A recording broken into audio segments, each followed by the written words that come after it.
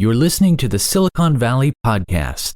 On today's show, we sit down with Lu Zhang, who is the founder and managing partner of Fusion Fund. She is a renowned Silicon Valley-based investor, a serial entrepreneur, and a Stanford Engineering alumni.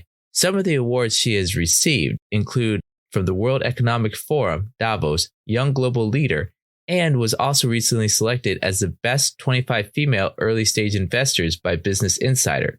She has also garnered other accolades, including the Featured Honoree in VC of Forbes 30 Under 30. On today's show, we talk about what experiences, education, or background should a fund manager have? What are some techniques or strategies to raising a fund? How is raising the second fund different from the first? And secrets for founders or investors on time management or priorities with goals and getting things done. This and much more on today's episode of the Silicon Valley Podcast. Let's begin. Enjoy. Welcome to the Silicon Valley Podcast with your host, Sean Flynn, who interviews famous entrepreneurs, venture capitalists, and leaders in tech. Learn their secrets and see tomorrow's world today.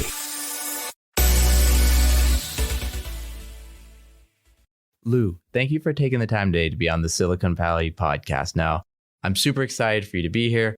I mean, I've been waiting for this interview for probably 2 or 3 months now for it to happen. So I'm very excited. But for our audience at home, Lu, can you give a little bit of background of your career up until this point?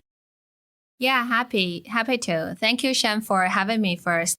And for myself, I started my journey in Silicon Valley as an international student at the Stanford University. I was studying at the Material Science Engineering department, doing lots of research with this nerdy term like lithium-ion battery, nano-thin film sensor, biosensor.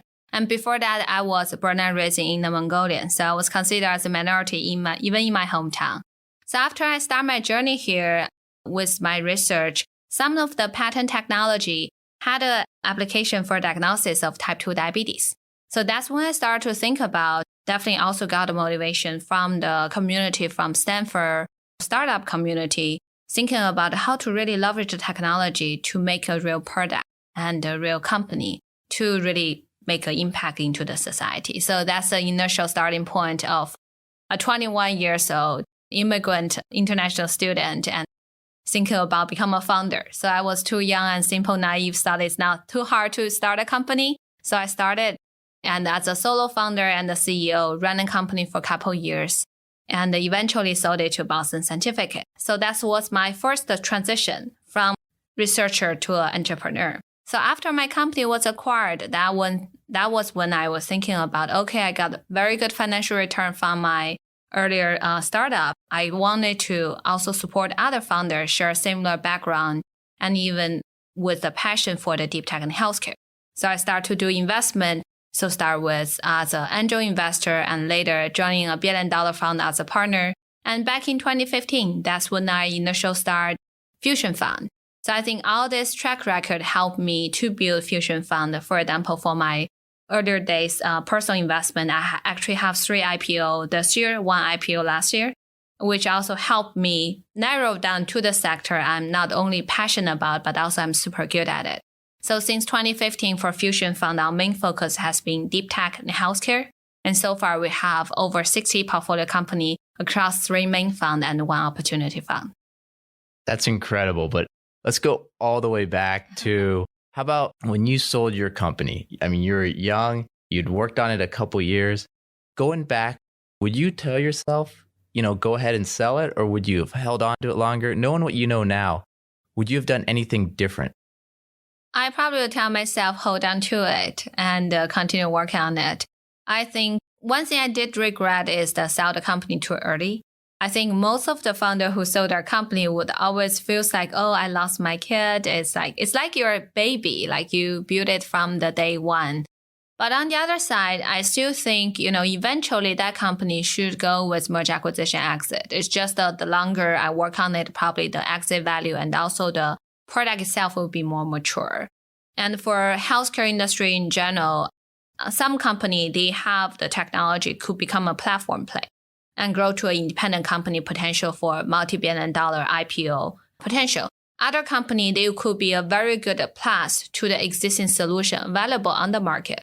So if they could be integrated into the existing, no matter a large pharma company or a medical device company, it will be much efficient and more in terms of growth rate will be much better for both sides. So what were some of the lessons you learned from that first company?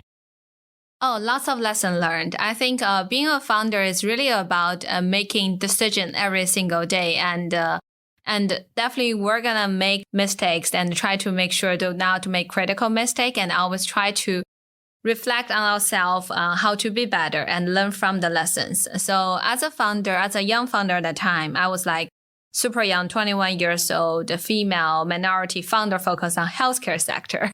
Itself kind of check lots of box for investors don't invest. Definitely at the time, I think the first lesson for me is really don't take anything personal. And as a founder, when pitching to different investor asking for different type of partnership, we'll got lots of no's as a founder. But don't take that personal and also think about how to convert that no to yes. I think that's the thing I learned from my initial experience, and I somehow grow from there to become a better founder and later better investor. Another thing is really about finding the right partner and the right collaborator for no matter running a company or even in the later years, become an investor myself. And I was a solo founder. So operating a company, doing basically CEO, technology owner, everything self is a lot of work.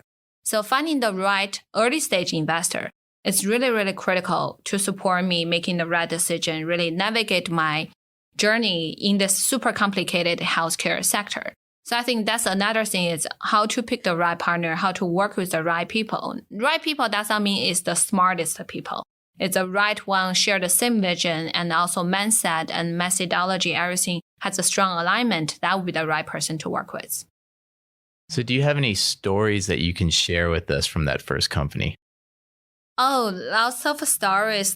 One thing I like to talk about, especially many people ask me about my experience as a minority, founder. How do I deal with that? I have a story that one time was invited to pitch to a very big fund, one of their major VC partner. When he saw me, he was quite surprised because he did not realize I was a female because Lu is not a name easy to tell the gender. And later he asked me, oh, how old are you? I said, I'm 21. He's like, oh, I'm in this industry for more than 20 years while I'm listening to you. So definitely there's lots of this type of respond, we could call it feedback, I'll call it stereotype. And I initially treated like, okay, took it personal, I become angry. And later I start to kind of think about whether it is the best use of my time and energy to be angry about it. And instead of taking lots of time to argue, I would rather take more time to work on my company and technology. And not only deliver the result I promised, but deliver much more than I promised and eventually convert the people, even the people used to challenge me, become a close partner. And this exactly same investor I mentioned, later on, he was quite impressed by my company result and the execution, everything. And the two things exchanged. The first thing is he started to introduce lots of very good connection to me, including like a C-level from like CVS, because my device was positioned as a mass screening device. So he started to introduce lots of people, speak highly about me and the technology. And the second thing is he started to be more open-minded, talk to different type of profile of founder. Used to be only certain type of founder he wanted to support and invest. And the later he's like, oh, female founder is great. And they're so coachable. They're so fast learner. I like immigrant founders, so hardworking, everything. I think I'm not the only one making him make this change. He definitely worked with other awesome founder and really help him adjust the stereotype. But on the other side, I think that's a good lesson. Learn for me how to deal with that because everyone had stereotype and we try to use labeling to help us better efficiently recognize and learn about the world. But how we really communicate with each other and use data, use the fact, be result driven to help each other be more open-minded. So it sounds like if you're faced with a challenge, that's when you really strive and really kind of kick it up a notch. Yeah, I'm a Mongolian, Mongolia has this personality. We like to fight and we like to prove people wrong that I'm happy. I'm not happy, but I feel excited when I got challenged because I'm like, okay, I'm going to prove you wrong. And for all the listeners at home, I lived in China 5 years. I studied at a Brazilian Jiu-Jitsu and MMA gym. and all the wrestlers from Inner Mongolia, name Mongol, they would come there and they would all, what Lu said was they like to fight. 100% true. Fighting the good way. I think be a fighter, be aggressive, be ambitious. That's the thing really give me lots of power to build whatever I want in Silicon Valley, and also just choose the route that others typically won't choose. Now let's go back to that investor. A lot of founders, anyone that presents them money, they'll take it. They're not too picky. They're just excited. How important is it to find that right investor, especially very early on in the company's formation? It's very, very important, very critical. And it's a really good time we discuss about this because last week was a YC demo day. Another 370 companies came out from the accelerator, and I think 500 startups coming up very soon. There's other demo day going on. So many founders going through accelerator, that's when they start to have their first time for the fundraising. And as you said, now it's a really hot market, so much capital on the market. And it seems like it's easy to get small check here or there and make a party run, close the round. But on the other side, if we really think about the long-term growth of the company, if you have the right investor at the earlier stage, on one side it's really about alignment on the vision and also strategy. Another thing is finding the right people to support the founder at a critical moment. Because I was a former founder, all the partners I recruited in my team were all former entrepreneurs. We went through the life cycle of early stage startup ourselves, so we understand how much challenges and how difficult to go through this up and down between seed Series A and Series B stage. And the good investor would help founder. First thing is really make sure they won't make critical mistake. Another thing is have good experience and a connection to help them make. Basically, first thing is go-to-market strategy. Second thing is making the right hiring and have the right talents join on board. And third is have the good pace and the strategy about how to structure the future funding round. So I think these three are three of the top, priority for lots of early stage founder. But if they do not have the right investor join on board, they have to work on it themselves, and it takes lots of time. Not the most efficient way. Another thing is if having the wrong investor join on board at super early stage, that would be super toxic to the company as well, may potentially impact the next round of fundraising as well. Now, you had mentioned that you just attended the Y Combinator demo day, and there's so many other demo days coming up. How early should a relationship start between a founder and an investor? I mean, some of these investors, are only focused on maybe the B round or later. When should they start getting to know each other? When should conversations actually start? We all see that the best time to do fundraising is when you're not fundraising. When you don't really need the money, that's the best time to start engagement. And also relate to that, another suggestion that I always tell founders is treat every opportunity talk with investor as a free consulting session. First thing is really try to leverage what investors know, their experience, their connection, help you to grow your company. And secondly, it will change your mindset about asking which type of questions and asking for help when you talk with VC, and also make VC to be able to understand the company technology in depth and give honest feedback to help the founder to grow from there. So I think the timing to start engagement is not necessarily related to the fundraising. But for in general, founders should definitely do research for the investor they're talking to. As you said, some investors they have very clear mandate. They only invest in growth stage company. For example, specific metrics, company with ARR revenue higher than $4 million, $5 million. Some other VCs said, we want to see some early market validation. I think that's the critical message founder need to understand to identify the right investor to talk to. Another is really sector focused. Make sure talking to the investor really invest the similar company in the similar sector, or they have a clear mandate related to the technology they're building. And let's go back to your career. You've started your company, you sold it, you made some angel investments, and then you decided to get more into a fund. Either was at that point you had co-invested in a fund and then start your own. That transition, there was so many steps there. Why not just start another company? Why not just keep doing angel investments? Why keep progressing in the way that you did? Yeah, that's a really good question, and also a very kind of popular question when people ask me about my earlier career path. because naturally, serial entrepreneur like me would think about launching another company. I was also considering that at that time to work with a couple of friends, bring some different ideas and think about what is the next big thing after I sold my initial company. I think the reason eventually kind of pushed me to this launching my own fund, I have a couple kind of big motivation behind it. The first thing is really about I really treated Fusion Fund as another startup. I'm now thinking about I'm changing my career path to really joke about the dark side, being the investor. I'm still doing something different in the VC, which is the relative traditional industry, being there for 40, 50 years. Always have the same approach for how to do the investment, how to work with founders. So I thought we launched a new fund here and was a pretty diverse background, a global perspective, cognitive diversity, and also different sector focus, which really help us be able to be different and also do something creative. So that's the first motivation. The another big motivation I have there is really relate to the market opportunity, because it's always about the market timing when you launch a new venture, no matter for technology product or doing the investment. How we could differentiate, how we could be the outstanding one in the future and really outpace other potential competitors. Back in 2013, 2014, one thing I found out during my journey as an angel investor or partner in a larger fund is most of the tech-focused investment are focused on only software. And the lots of capital was still kind of passionate about the business model innovation. Very few capital really like deep tech and the healthcare. The second motivation I have is really relate to the market opportunity, would say like market timing.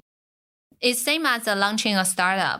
When you launch a new venture, I think market timing is important, and whether we could do something differently and make us outstanding and strong differentiation become the future leader is important.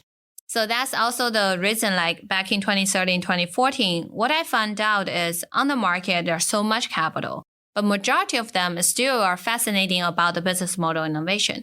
Even for some of the tech-focused investors, they're more into the, I would say, software investor, rather than like hard tech, like deep tech on healthcare. But on the other side, as a founder myself, I know tons of other founders. They're in my founder community. I saw lots of great technology coming up. Not only they're the good technology, we also talk about commercialization for technology means better, faster, and cheaper. So we saw this technology probably be there, the concept be there for over 10 years, but they're being faster and also cheaper. And lots of opportunity related to digital transformation. We literally think about digital transformation back in 2015. Connection between the low-cost sensor at the entrance of the data, leverage AI and other technology, be able to do personalized analysis. And for healthcare, similar thing. So that's when back in 2014, I'm like, okay, there's a good opportunity in the market. Very few people actually notice that. I have the right background and resources and the potential connection to be able to capture opportunity. Why not? Similar mindset as launching a startup. So I launched a Fusion Fund back in 2015. Start to do investment based on the mandate and methodology I thought about. And the reason I was able to start that is because when I was circling around my perspective with other family offices, oh yeah, we agree, like we like that. We don't have the background as you have to evaluate a deep tech healthcare company. We want to join on board. So that's how I started to launch the new venture. Market opportunity, personal advantages, and also passion. The last thing is capital is available. So I do want to ask a couple questions about the family office. You had mentioned that briefly right there, but before that even, what type of background or education do you think is important for a fund manager? I think if we generally talk about VC background, you can see in Silicon Valley we have such a nice diversity across all different type of VC firm, which definitely relate to specific sector focus and industry focus and even stage focus. Like earlier stage is more about understanding of the tech founder and industry. Late stage is more about the financial analysis and understand about the public market and the capital market in general. Specific for earlier stage and for deep tech and healthcare focus, which is the sector we're investing, I think one thing is really about not necessarily has to be the expert for all the technology, but understand how to talk with technical founder. That's very important. Second thing is really, I think is truly valuable is operation experience. Operation experience help me help us better support a founder, especially first-time founder. Another thing is give us a really good perspective about the life cycle, how to go through the early stage startup life cycle, what to expect in different stage. Then we could better serve the founder. The last thing is really deep understanding about the market industry in general. That's also some of my lessons learned. Initially, as a technical founder, I definitely think, okay, technology is really important. Later, we find out in order to really apply the tech to the industry, to the society, market mindset, our key player in the specific industry really matters, and which eventually decide on the integration of the new technology, which also reflect by this COVID thing, right? Before the COVID, we talk about digital transformation, fourth industry revolution at Davos conference. I went there a couple of years, we've been talking about it, but it's very slow adoption in the industry. During the COVID, everyone realized that we have to adopt digital solution. So everything got accelerated. I think that's another thing very important to being an investor, to really understand what truly need in the industry and who are the key decision maker and whether their mindset is changing while the technology is evolving. Now, going back, you'd mentioned family office and you'd mentioned having conversations.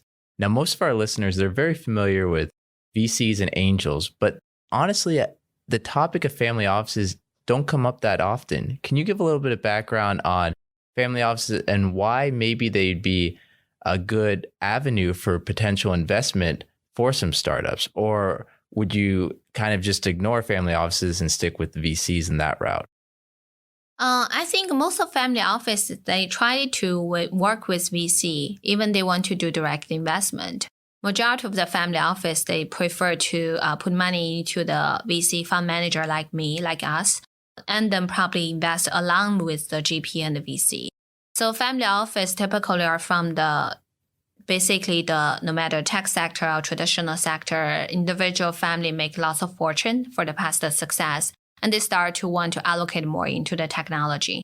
And so some of them work with fund of fund, and some of them directly work with the GP like us. And some family office, they even build up their in-house team for venture direct investment and was very strong strategic value. For example, some of the family office becoming the LP for a fusion fund. They also have a strong industry connection related to, for example, real estate, logistics, manufacturing. All this strategic value make them very attractive to the founder as well. They could be another type of strategic investor. So sometimes we also would share the opportunity with certain family office.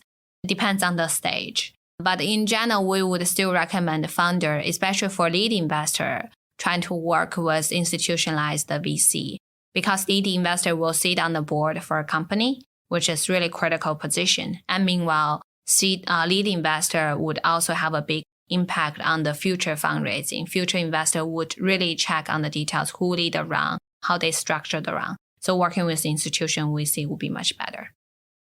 Now, going to that first fund, how did you plan on the raise? What was your strategy?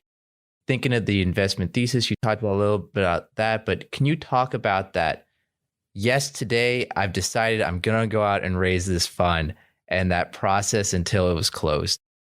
Yeah, so fund one is always hard. I think lots of fund emerging manager probably share the similar feeling as I had. I would say I feel grateful that I have a relative easier start compared with other fund manager, because the family office I was talking to, even before I was thinking about launching Fusion Fund, they clearly told me that, Lu, we really like what you talk about, your perspective, your insights, and your potential methodology for how to make the investment. We want to work with you. We want to put money if you launch a fund. So I got the initial couple $1 million very quickly, and also putting my own capital. That's the starting point of the Fusion Fund. And my fund one size was quite small, smaller, lower than $20 million. So it's a small, nice size fund to be able to support seed, even earlier stage founder. And my strategy at the time is initially I did a very quick first close with the money from couple family office I mentioned and myself. Then with the first close, basically happened right away and start to do investment, quickly build up a 5 to 7 company as a small portfolio of fund one. So based on this small portfolio, I start to talk with other family office using the existing investment to really showcase what my methodology, how to invest, how we support a founder, how we select a founder, deal sourcing, everything. So I think for them, they're seeing the big picture, the full picture. Not only have the plan, I executed on it, I have a good result from it. I was also very lucky for my initial investment. The first investment I made in Fund 1. I'm also first investor for that company. That company now is marching to probably $1 billion revenue this year. They were making 400 million ARR last year and aiming for IPO very soon. And the second and third company went very well. One become almost a unicorn already, another one roughly around $400 million valuation. So I think this early track record helped me quickly close the full Fund 1 and take it from there. That's a story start for Fusion Fund 2, Fund 3 follows. Oh, I can't wait to see you on Forbes, the list of people with the Midas touch. Thank you. So how about talking a little bit about step by step of the process of raising a fund? I mean, maybe not so much the way you did it, but what would a normal, typical process be? Yeah, typical process to raise a fund. I think the first thing for fund manager is really about having a very clear, it's like founder have a pitch deck, have a very clear thinking process about how to make yourself, the technology, the product differentiate. For fund manager, same thing. The key differentiation, key focus, and also consistent investment methodology. I think that's the thing need to be confirmed before talking to anyone. And then based on that, have a clear kind of business plan, we call it pitch deck, for fundraising. Basically, the fund size, coverage, stage, strategy, pre-investment, deal sourcing, portfolio management, potential exit management, the team member. So everything put together, that's the kind of starting point to start some soft conversation with potential LP.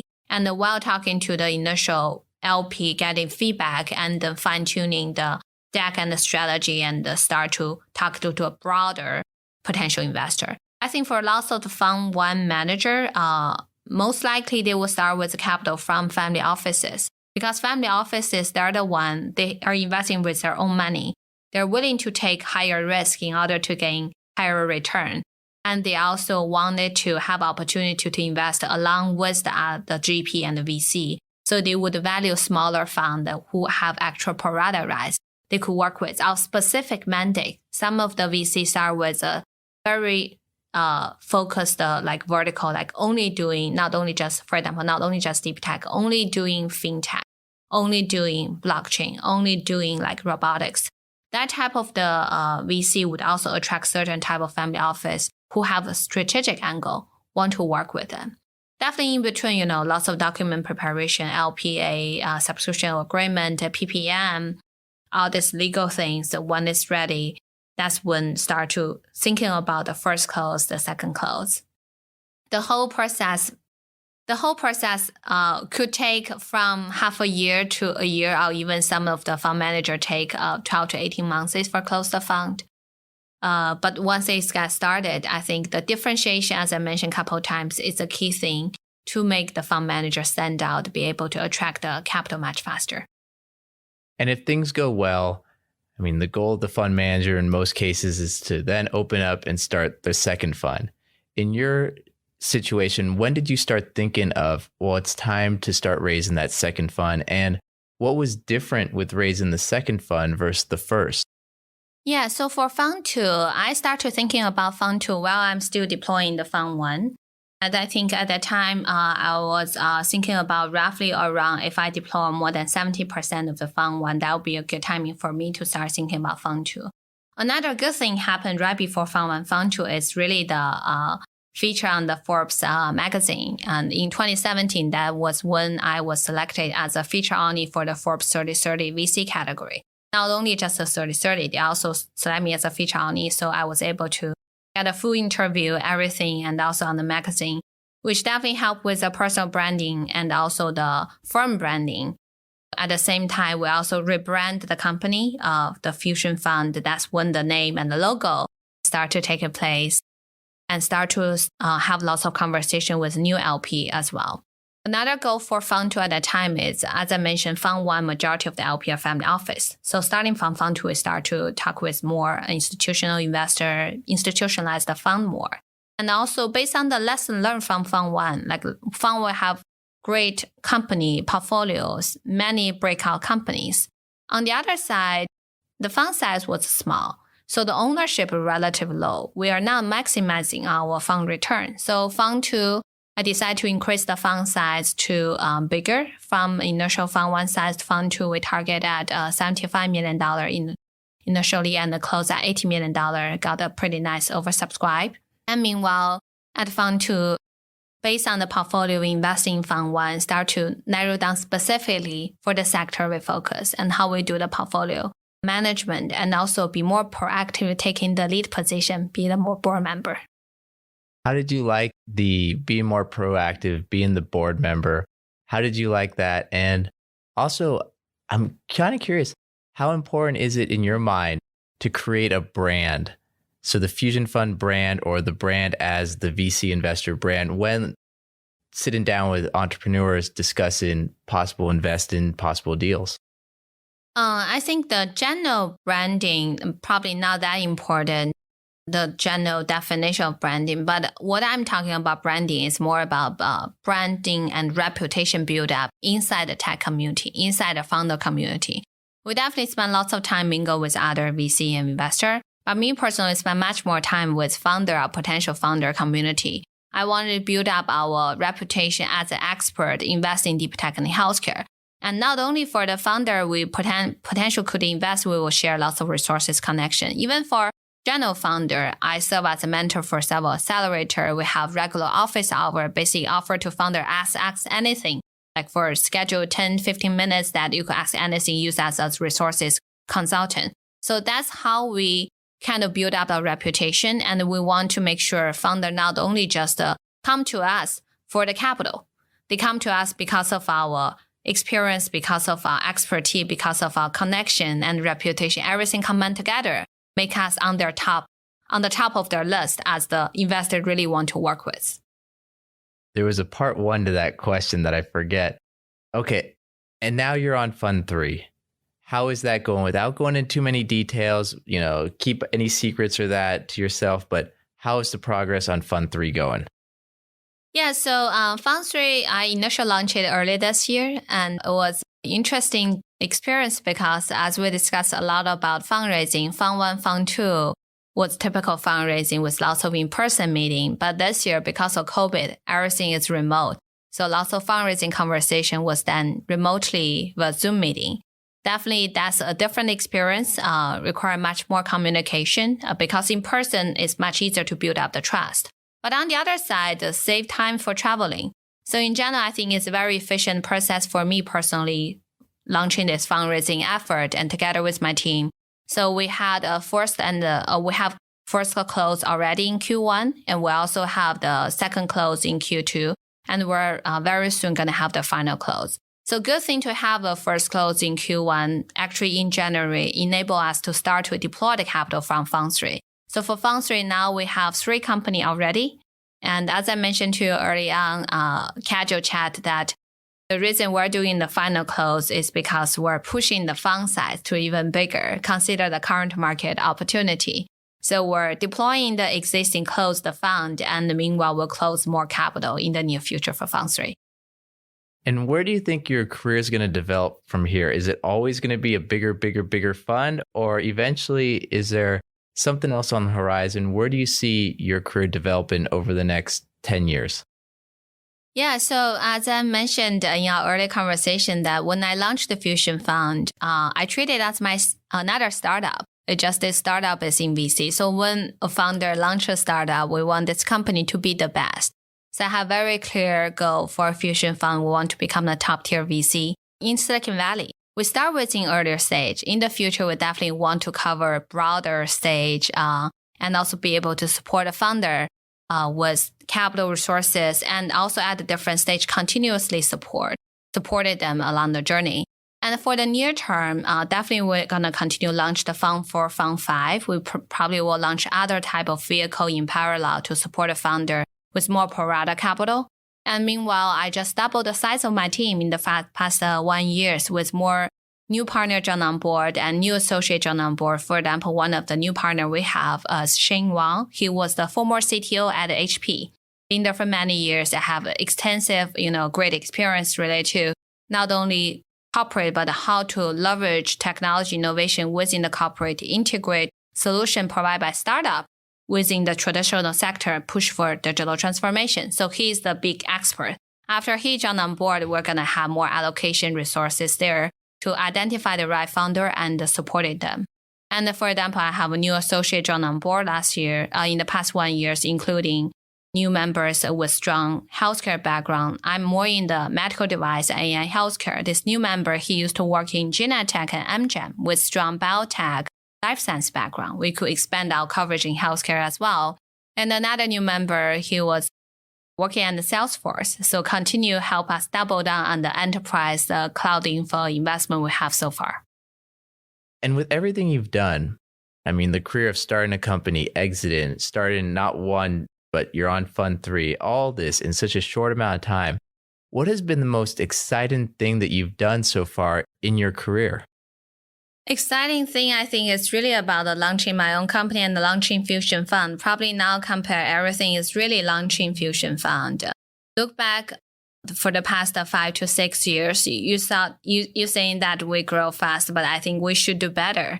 I wanted to push myself and the team to grow the firm bigger and better and also faster. Then we could really better support the founder community and also bring something new to this industry, like the way how we build up our relationship with founder, how to really help the founder and with a different type of VC, supporting system. I think lots of things we could bring in here. Even with the approach, like internally, we were one of the first firm really adopting this data approach, leverage lots of data analysis to analyze the market trend, to identify the right trend and right founder, and even help us with internal due diligence.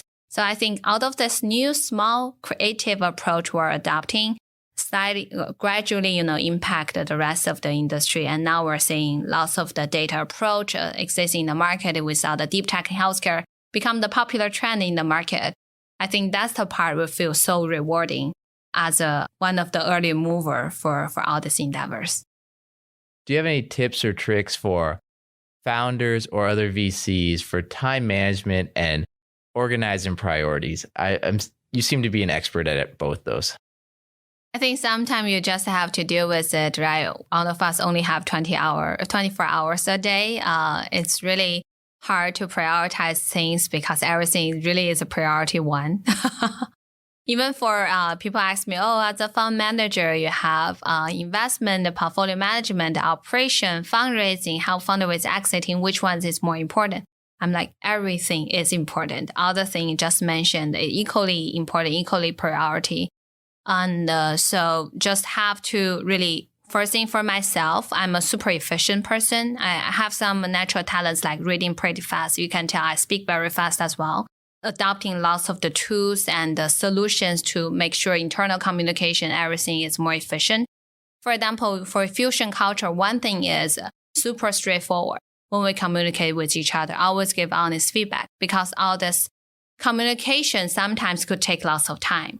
If we could be straightforward with each other, that's the most efficient way for communication, for operation. And also other things, not only me, I suggest and encourage all the team members always try to discover any new tool, new approach, or even internal structure operation protocol that could make our internal operation more efficient. On the other side, as I said early on, it's really about finding the right team member and the right partners. Like one of my early partner, Holman, he's really experienced in terms of team operation and management. And have other partners really strong in terms of portfolio management. I have also team members really give us a strong support. So be able to have the right person focus on the right task, in general, improve the team efficiency. And with that, if anyone wants to find out more information about you, Fusion Fund, or anything we talked about today, what's the best way to go about doing that? Yeah, the best way is to connect me, follow me on the Twitter and the LinkedIn account. I always check the message there and reply them.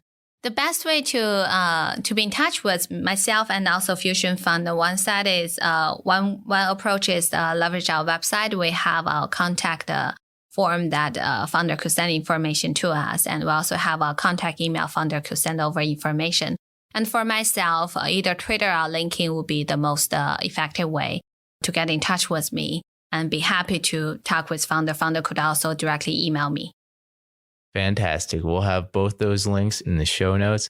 And with that, Lu, I got to say thank you for taking the time today to be on the Silicon Valley podcast. And for all our listeners at home and anyone watching this, if you really enjoyed this episode, and I'm sure most people are going to watch it or listen to it multiple times, please go on iTunes, Spotify, other platforms, and give us a good review and give us feedback because it helps us improve. And if anyone wants to find out more information about myself, check out thesiliconvalleypodcast.com. And with that, one more time, Lu, thank you for taking the time today to be on the Silicon Valley podcast. Thank you, Sean, for having me. Thank you for listening to the Silicon Valley podcast. To access our resources, visit us at thesiliconvalleypodcast.com and follow our host on Twitter, Facebook, and LinkedIn at Sean Flynn SV. This show is for entertainment purposes only. Before making any decisions, consult a professional.